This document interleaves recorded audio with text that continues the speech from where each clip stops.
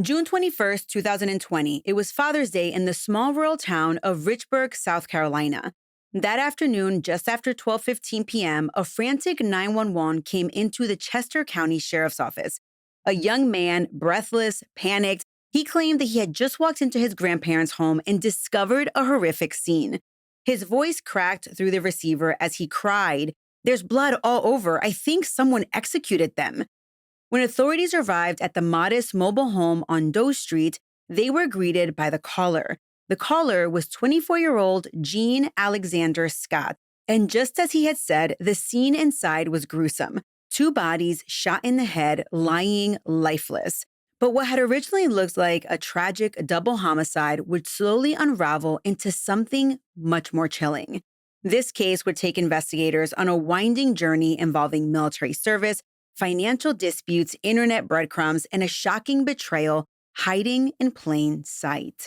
Welcome back, True Crime Army. I am your host, Margot, veteran and former active duty JAG, and this is Military Murder, a show where I focus on crimes committed by military members and veterans. Because let's be honest, we all want to be in the know when crimes occur in our community, and I am here since 2009 bringing you all of these stories. If you're new here, hi everyone. Just so that you are aware, this episode is available in video format on both YouTube and Spotify, and audio wherever you listen to podcasts. If you want to be kept in the know with all things military true crime, be sure to subscribe wherever you're watching or listening. All right, you know the warnings. There is no military endorsement here at all. All opinions are my own. With that, join me today as I tell you about a tragic Father's Day 2020 double homicide out of South Carolina. This is the case of Jean and Billie Rogers. Now, let's dig in. Military Murder is an independent project and is not endorsed by the Department of Defense or any military component. The views expressed are those of the host. The content of this podcast is not meant to be legal or medical advice. Warning, this episode contains graphic details of murder and is not suitable for young listeners. Listener discretion is advised.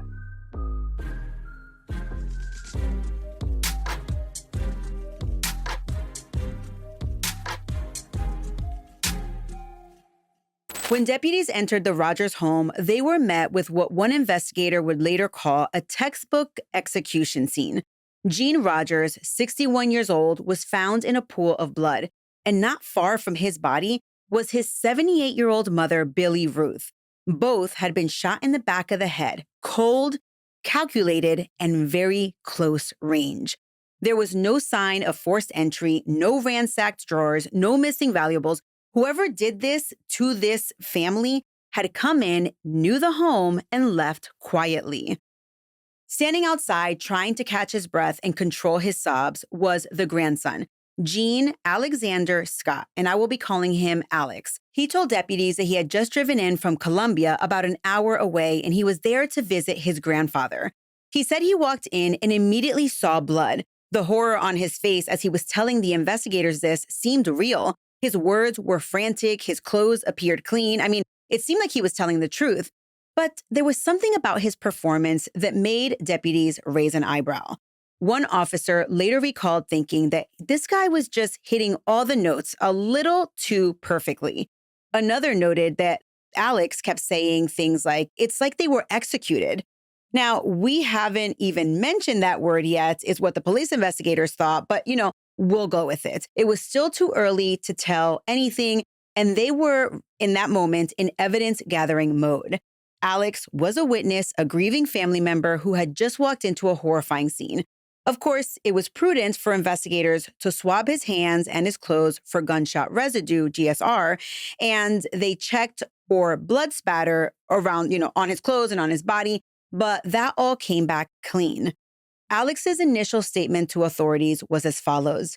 He claimed that he had been in Columbia about an hour away earlier that morning with a friend, and that he arrived at his grandparents' house at 12:15 p.m. to find the door open and their bodies on the floor. And he was there that day specifically for Father's Day, and he even had a card with him. He immediately went outside after finding the bodies. He threw up, and then he had to actually wave down a neighbor to use their phone to call 911 because he told investigators that he had his phone, but it was locked in his car, and for some reason or another, he couldn't access it immediately. When questioned, he had no idea who could have done this to his grandparents. He theorized that maybe someone broke in, or maybe it was some kind of vengeance by some sort of family enemy. The story really did position Alex as having an alibi. He was out of town during the time of the murders. So let me tell you a little bit about the victims. Gene Rogers was a hardworking family man in his early 60s. He lived in a modest mobile home in Richburg, South Carolina, and his 78-year-old mother, Billie Ruth Rogers, lived with him for company, right? Because she was getting up there in her age. By all accounts, Gene was a devoted son and grandfather. In fact, one of the people that Gene Sr. doted on was his step-grandson, Gene Alex Scott. Alex wasn't Gene's biological grandson, but Gene treated him just like family. And in fact, Alex's mother named him after Gene because Alex's mom loved and treated Gene like her own father. Billie, as the great-grandmother, she helped raise Alex during his childhood. They were a close-knit family across many generations. And I learned through my research that Alex's mom passed away from an overdose in 2014. And honestly, the family didn't know where Alex's father was. So Alex Scott grew up with the Rogers as his elders, and they raised him. They helped to raise him. And he entered young adulthood following in their patriotic footsteps. You see, in 2016, fresh out of high school, Alex enlisted in the U.S. Marine Corps. He served as an ammunition technician, and he was stationed at Camp Lejeune in North Carolina for some time. After serving his 4 years, by January of 2020, Alex finished his stint in the Marine Corps and returned to civilian life. But he wasn't planning to stay idle for very long. Alex had talked a big game about his future plans. He wanted to start his own private security business and make a name for himself as an entrepreneur. And to do that, he needed money. And that's where his family ties came into play. Gene Rogers was proud of his grandson's service, and he was proud of his ambitions. He wanted to start a business, and he actually wanted to help, and he tried to. Earlier in 2020, Gene had given Grandpa had given his grandson, a large sum of money. It is estimated that he gave him about $80,000. And he did this to invest in Alex's dream of starting the security company. I mean, it was an enormous amount of money, a huge gesture of support and generosity. Shoot, I wish I had grandparents who would give me and write me an $80,000 check. But listen, for Alex, $80,000 still wasn't enough. He soon came back to his grandfather asking for more financial help. Maybe he needed money to get the business off the ground, but, he had $80,000. This time, though, when he asked for money, Gene Rogers drew a line. He was like, no, I cannot give you additional funds. And he even questioned Alex, what happened to the $80,000 that I gave you originally? When investigators learned about this huge sum of money, they wondered if this was a motive. Was it the fact that Grandpa said no? Well, it definitely gave investigators more to look into. So let's go back a little bit and talk about the crime scene. The first big clue at the crime scene came in what was missing. The crime scene was pristine. In fact, it was too pristine. There were no defensive wounds. I mean, there was one tiny defensive wound, but nothing major. There were no broken windows, no sign of panic, or no signs of a struggle. Whoever killed Gene and Billie had likely walked in, stood close, and pulled the trigger. Not once, but twice. The murder weapon, well, it was gone, just as the suspect was. Detectives interviewed everyone, and they looked into Alex's alibi, which, when they looked into it, it did pan out. He was, in fact, with a friend at the time of the alleged murders. But investigators quickly realized that they'd have to really do some digging to get to the bottom of this double homicide.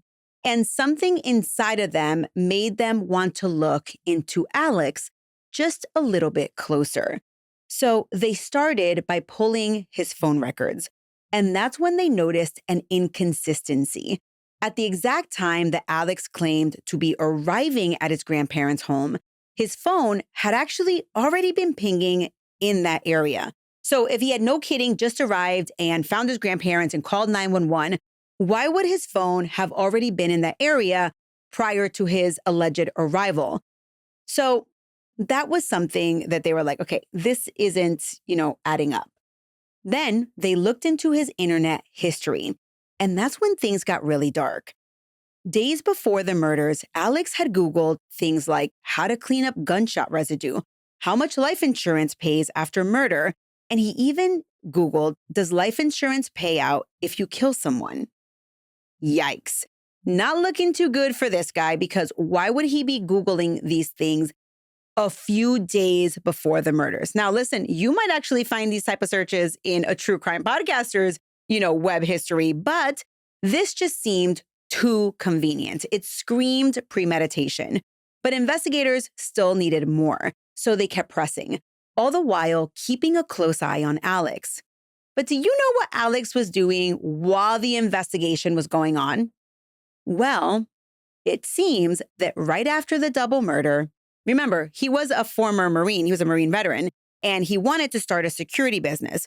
But after the double murder, he abandoned his plans and he joined the Army instead. Yep, within a year of the murders, Alex was wearing the Army uniform, active duty soldier, and now he was stationed in Germany. But he was the prime suspect of a double murder. But you know what? Someone commented on my TikTok when I did a TikTok on this a few years back. They were like, oh, well, they were probably happy he was in the military because now they could keep a close eye on him. So the Chester County authorities enlisted the help of the South Carolina State Law Enforcement Division, also known as SLED, and they even enlisted the help of the FBI. And eventually the Army CID, and I read somewhere that even NCIS got involved. But now I'm getting ahead of myself. This case first hit my radar when I saw information about this case in somewhere that I thought was a little bit unexpected, kind of. The TV show Cold Justice. In 2021, the Oxygen Network's true crime series Cold Justice got wind of the Rogers double murder. And the show sends veteran investigator like former prosecutor Kelly Siegler to help local law enforcement crack difficult unsolved cases. And although this case wasn't really like cold, it did appear that it was getting there. Chester County authorities agreed to let the Cold Justice team assist, and their timing was perfect. More than a year had passed since the murders, and a fresh set of eyes was very much welcome. And you can watch the full episode on this case right now. So when you watch it, it will be right up until an arrest is made. But I'll get into that right now. When the Cold Justice team arrived in South Carolina, they dug into the case files and they brought in expert analysis. One big break came from digital forensics. Now, we already talked about the Google searches, but also on Alex's search history was him trying to figure out what the penalties were for murder in South Carolina. Can you imagine learning, without shock, that you can get the death penalty for murder in the state and still proceeding with not one, but 2 murders? I mean, it's a little bit absurd. Well, these searches were virtually a blueprint of the crime's motive and Alex's attempt to outsmart investigators.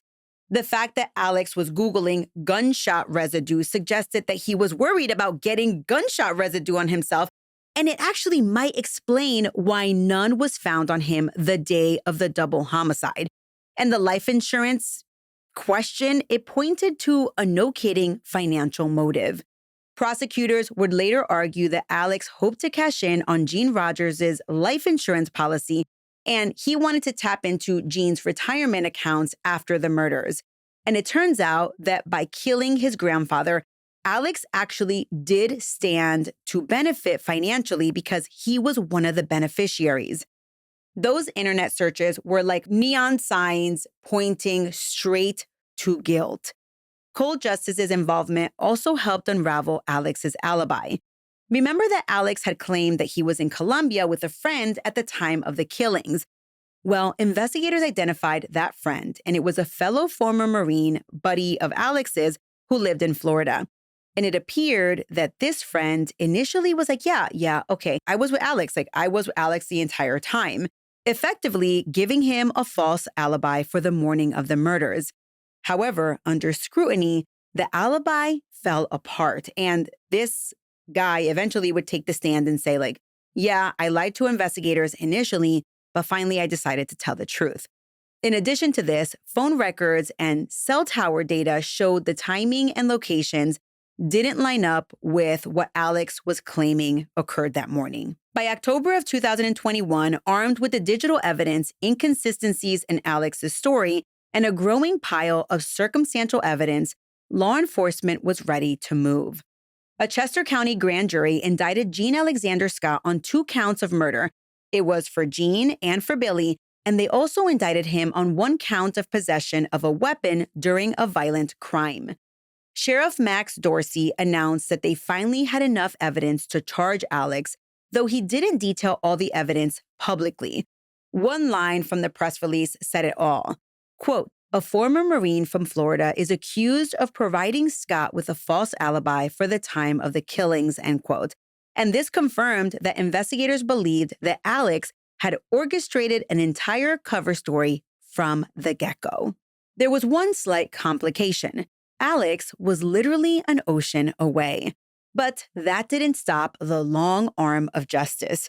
In late October 2021, U.S. military police in Germany located and arrested specialist Gene Alex Scott on his base. But I bet you that Alex was cocky enough to think that this was never going to happen. However, it did. He was arrested and quickly returned to South Carolina, where he was transferred to the Chester County Detention Center. And that's where he would be awaiting trial. After 16 months of evasive freedom, Alex Scott was finally behind bars, accused of an unthinkable crime of murdering the very people who raised him and loved him the most.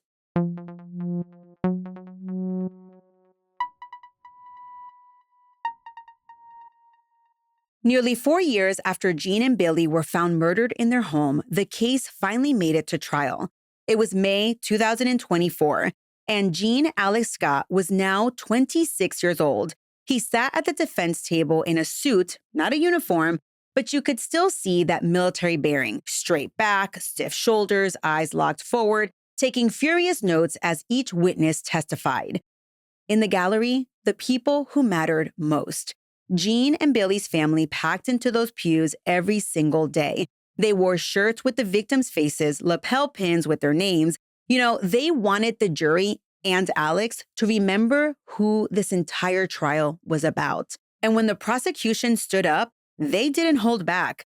They told the jury that this wasn't some senseless act of violence. No, this was cold, it was calculated, and it was all about money. They painted the picture of a grandfather who gave his grandson a whopping $80,000, and that grandson wanted more. But when Grandpa said no, that was the very moment, prosecutors said, that Alex started seeing his grandfather not as family, but as a paycheck. Because if Gene died, Alex stood to inherit even more. Life insurance, retirement accounts, property, and that life insurance policy alone was estimated at $700,000. And that's not just speculation. The prosecutors had receipts. A digital forensic expert took the stand and laid it all out. You see, there were the Google searches that Alex had made in the days leading up to the murder. Things like how to get rid of gunshot residue. Does life insurance pay out in murder cases? And what's the death penalty? Does South Carolina have a death penalty? I mean, these weren't curious questions. This wasn't a kid watching too much true crime TV. This was someone researching how to commit and get away with murder. The prosecution wasn't done, though. Not even close. They brought witness after witness to show just how much thought had gone into this crime and how much work went into covering it up. One officer testified that on the morning of the murders, Alex sold a gun and a pair of night vision goggles. Just casually got rid of them on the morning of the murders. I mean, is that a coincidence? Investigators didn't think so.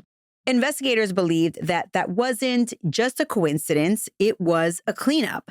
That gun, well, it could have been the murder weapon. However, they never found it. And the goggles, well, maybe it was used to sneak in or out of the house completely unseen. Either way, it looked like Alex was trying to make key evidence disappear before anyone ever knew that there was even a crime scene to investigate.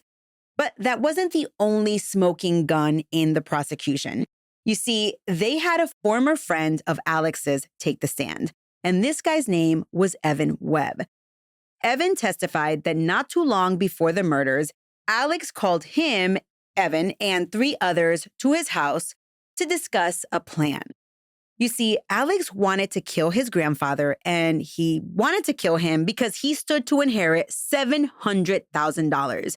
And not only did he stand to gain this much money, he enlisted his friends and was like, hey, listen, you guys can help me get rid of him. And for that, I will pay you $10,000. At least that's how much Evan stood to gain. And that's what he testified to.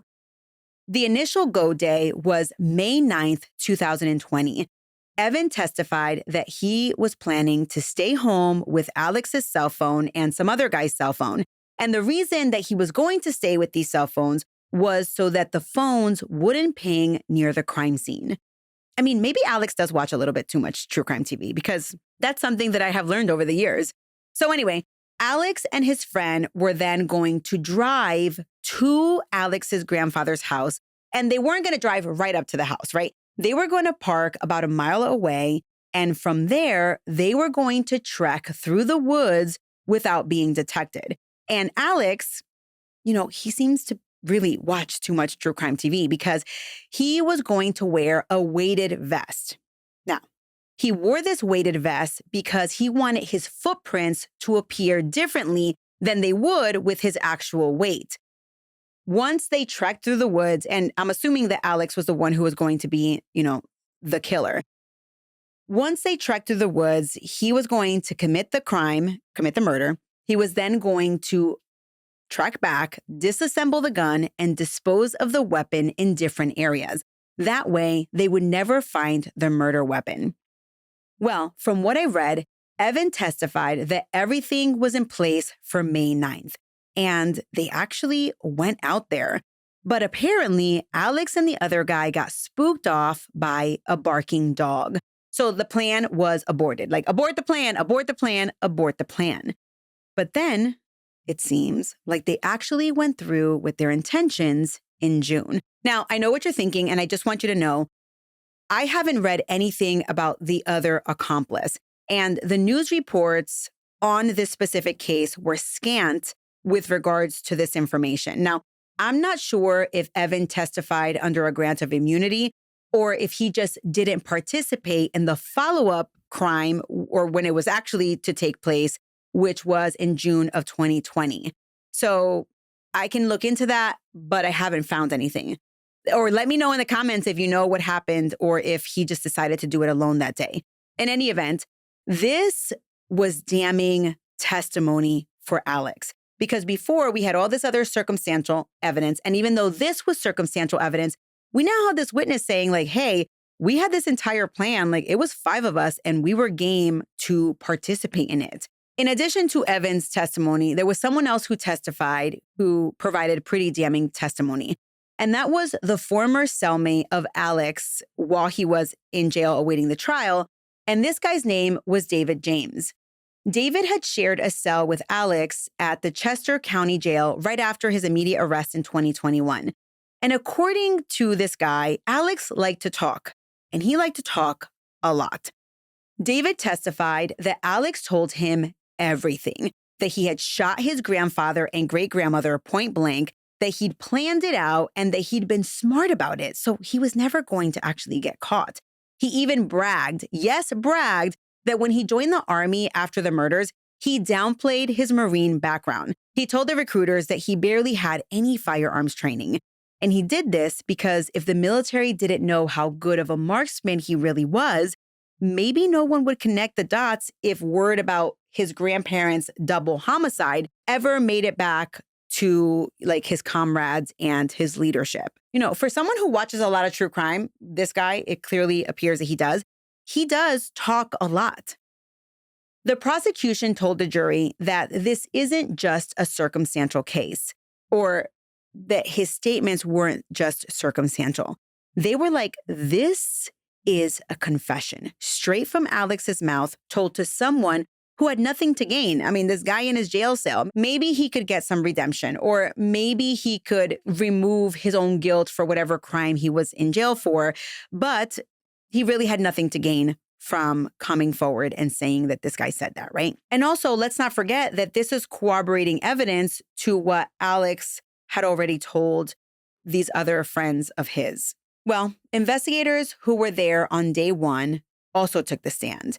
And one deputy recalled how Alex was sobbing and pacing when they showed up to the crime scene, but that something about it didn't feel right. Now, when this was first reported on, I remember seeing body cam footage in the news, but I haven't been able to find that footage. But that evidence was also introduced at trial. The jury watched as Alex wailed and cried and paced back and forth. But instead of being in shock, when you actually closed your eyes and listened to what he was saying, it did appear that Alex was more of a narrator. In one moment, you can hear Alex say, quote, "It's like somebody executed them," end quote. And the prosecution, well, they pounced on that line. "He's acting," they told the jury. "He's telling you what to think. He's planting a seed that someone else did this, someone mysterious, someone unknown, but that someone doesn't exist because the killer was standing right there, narrating the scene like a director on a movie set." After the testimony came the forensics. The pathologist took the stand and walked the jury through the autopsy reports. What they heard was heartbreaking and chilling. Both Jean and Billie had been shot from behind at close range. The bullets had a slight downward angle, which told the pathologist something very specific. Jean and Billie were either seated or maybe even kneeling when the shots were fired. They never saw it coming. Billie did have one very small defensive wound on her hand. And it was a graze that suggested that maybe she was the second one who was shot. And maybe it suggested that she tried to protect herself. Maybe she raised her hand in fear. Maybe she reached for help. Either way, it didn't save her. But that wound, that small defensive wound, it told a story. One of trust being broken in the most violent way possible. Then came the crime scene analysts. They focused on something a little less gory, but it was just as telling. It was geometry. They focused on the geometry of the shots that had been fired. They mapped out the Rogers mobile home, the doors, the hallway, the angles, and they told the jury something subtle but huge. Alex's initial story about walking in and seeing his grandfather's body from the entryway, well, that wasn't possible, not physically. From the angle of the door and the narrowness of the hallway, it was impossible to see Jean's body from where Alex claimed that he first stood. And that detail, well, it hit differently because now the jury had to ask themselves, was Alex really discovering a scene as soon as he called 911? Or was he returning to one that he himself helped to create? But the defense, when it was their turn, they weren't going down without a fight. They pointed out correctly that there was no direct evidence tying Alex to the murders. There were no fingerprints, no murder weapon, no blood, no gunshot residue. They told the jury that this case was built on circumstance and suspicion, not proof. They argued that the investigators had made up their minds way too fast, that once they zeroed in on Alex and their instincts, they never looked anywhere and they got tunnel vision. And they reminded the jury of one thing. Alex had never confessed, not to police, not in writing, not in court. He had denied this from day one. Was it possible, the defense asked, that someone else had done this? Someone unknown, some person with a grudge, someone who slipped in, executed the pair, and then left without a trace. They floated that idea. They floated the theory of a robbery gone wrong, a vendetta that no one saw coming. And then, in a move that stunned the entire courtroom, Alex took the stand. Now, if you are a part of the True Crime Army, you know that this almost never happens. Most defense attorneys beg their clients not to testify in a murder trial. But Alex, he insisted. He wanted the jury to hear it from him. He wanted to say it under oath. He looked those jurors dead in the eyes and said that he was innocent. He told them that on Father's Day 2020, he was in Colombia spending time with a friend. Then he left later that morning and drove down to Richburg to check in on his grandparents. He even had a Father's Day card because it was Father's Day. He said that that's when he walked into the house and stepped into a nightmare. His grandfather, Gene, was slumped over. His great-grandmother, Billie, she was on the floor lifeless. He panicked. He freaked out. And he may have seemed off, he said. But if he was acting weird, it was trauma. He denied everything. He said he didn't kill them. He had nothing to do with their murder. And those internet searches about gunshot residue and life insurance payout, he was like, listen, that was a coincidence. He said he was curious, just looking things up, like people do sometimes. But the prosecution, well, they had timestamps that placed those searches dangerously close to the time of the murders. And was it a coincidence, Well, Alex even addressed the $80,000 elephant in the room. He claimed that his grandfather offered it up freely. There was no fight, no animosity. He was grateful for that money. He even asked the jury a question. Why would I kill the person who believed in me the most? He threw out the idea that maybe someone else had a motive, maybe another family member, maybe a stranger who just broke in. Well, you know what? After direct examination, you can say whatever you want. But after that, you have to face a cross-examination. And the prosecutor stood up, calm but sharp, and began slicing through Alex's story. They asked, if you were still in Colombia that morning, why was your phone pinging right near the crime scene when it shouldn't have been? Why did your Marine buddy lie for you unless, you had told him to lie for you because you had something to cover up? And what about those Google searches? Do you expect the jury to believe that how to get away with murder just happened to show up in your web browser on the exact day that your grandparents were murdered? Well, Alex shook his head. He called it a coincidence. Again, this was just a coincidence. Sign everything I could do and put $100 bills in it. I just brought it to him to let him know that he was my father. Because if you were going to put $100 bill in it, you'd have to get it from him, wouldn't you? Why would I lie about something so simple as SOS on my phone, ma'am? Well, honestly, I don't know. Maybe because you murdered two people? I did not murder my grandfather or Billy. Period.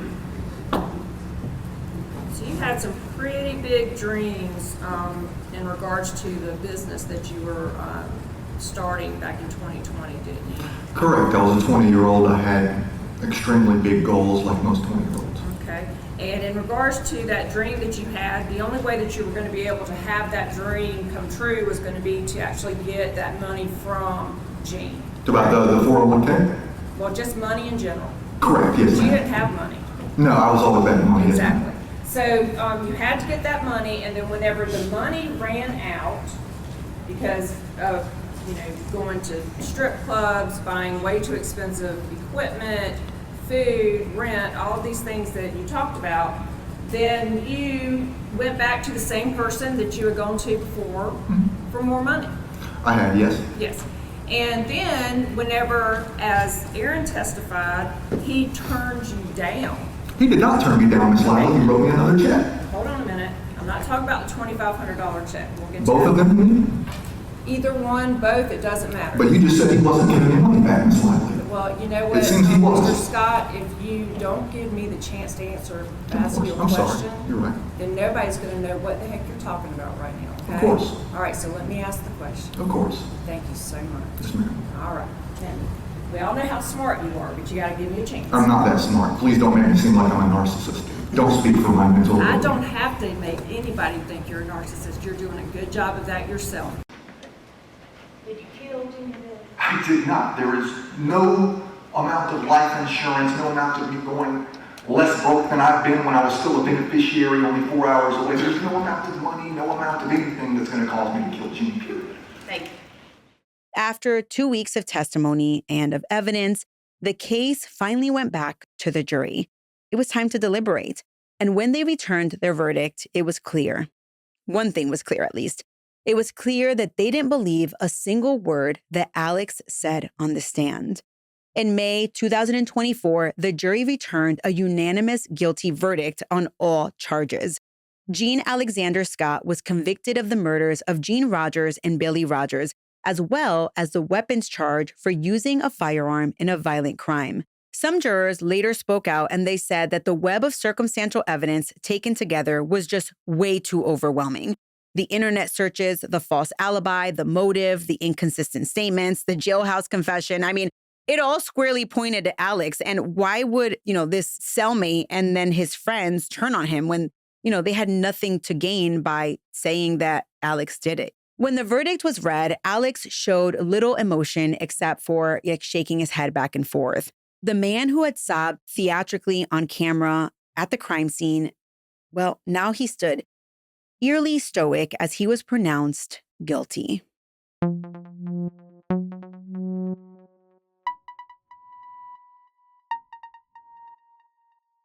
With the guilty verdict in, the only thing left was sentencing. Gene and Billie Rogers' family, the same people who had once loved Alex like a son, a grandson, a nephew, well, now they had their chance to stand up and speak through their pain. One by one, they gave their victim impact statements. Through tears, they talked about who Gene and Billie were, the laughter, the kindness, the Sunday dinners, the wisdom, two people who were taken in the most violent, senseless way imaginable on Father's Day. But it wasn't just about who they lost. It was about how they lost them. Because this wasn't just some stranger, right? This was someone they trusted, someone who ate at their table on Sundays, someone they helped to raise. And now they learned that he was the one responsible. One family member called the verdict bittersweet. Yes, justice was done, but it didn't bring Billie and Gene back. And it meant facing a very bitter truth no one ever wants to face, that someone you love is capable of something so cruel. During sentencing, one of Billie's sons, during his opportunity to speak to the judge, he played voicemails from his brother and mom.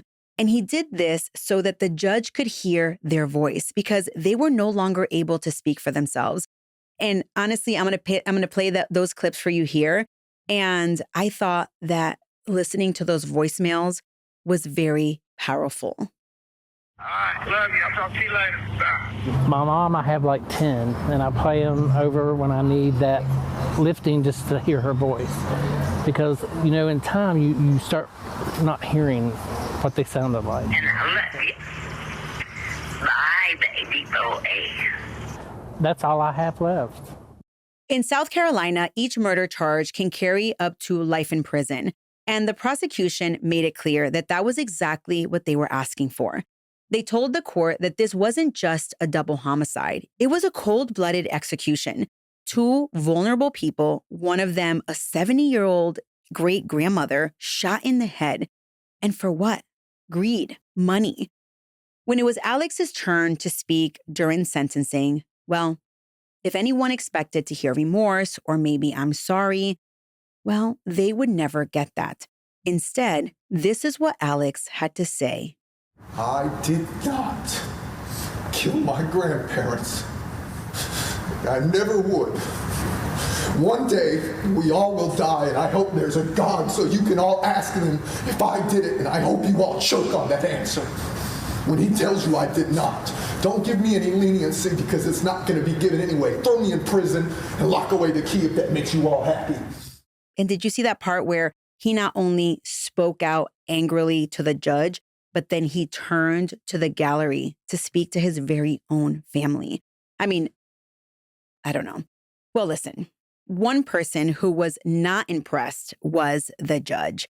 And he sentenced Alex to 60 years in prison for each murder charge served concurrently at the same time, plus 5 more years for the weapon charge. No parole, no early release, no second chances for this guy. Gene Alexander Scott was just 26 years old. He was now looking at spending the rest of his life behind bars. He'll probably be close to his 80s before his sentence is even close to up. But listen, with South Carolina's no parole policy, he may never walk free again. Since his conviction, Alex Scott has filed an appeal, and as of this recording, he maintains that he was wrongfully convicted and he hopes for a new trial. But for now, he sits in a South Carolina state prison, probably for the rest of his life.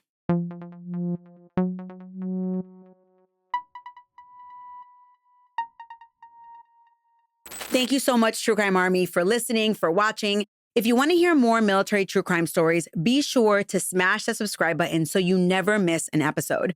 So I want to know, what do you think? Was justice served for Gene Rogers and Billie Ruth? Let me know your thoughts in the comments. And I'm not going to lie, after watching the Cold Justice episode back in 21 or 22, I remember being very weary of the evidence that they had. Yeah, the Google searches and his cell phone. But it wasn't until I heard that he had discussed the plot with his friends that I was ultra convinced that it was this guy. In any event, I'm glad they caught the perpetrator, and now the Rogers family can rest in peace. All right, True Crime Army, I want to say thank you so much for joining me for today's deep dive. Until next time, remember, you never really know what someone is capable of, so remain vigilant always.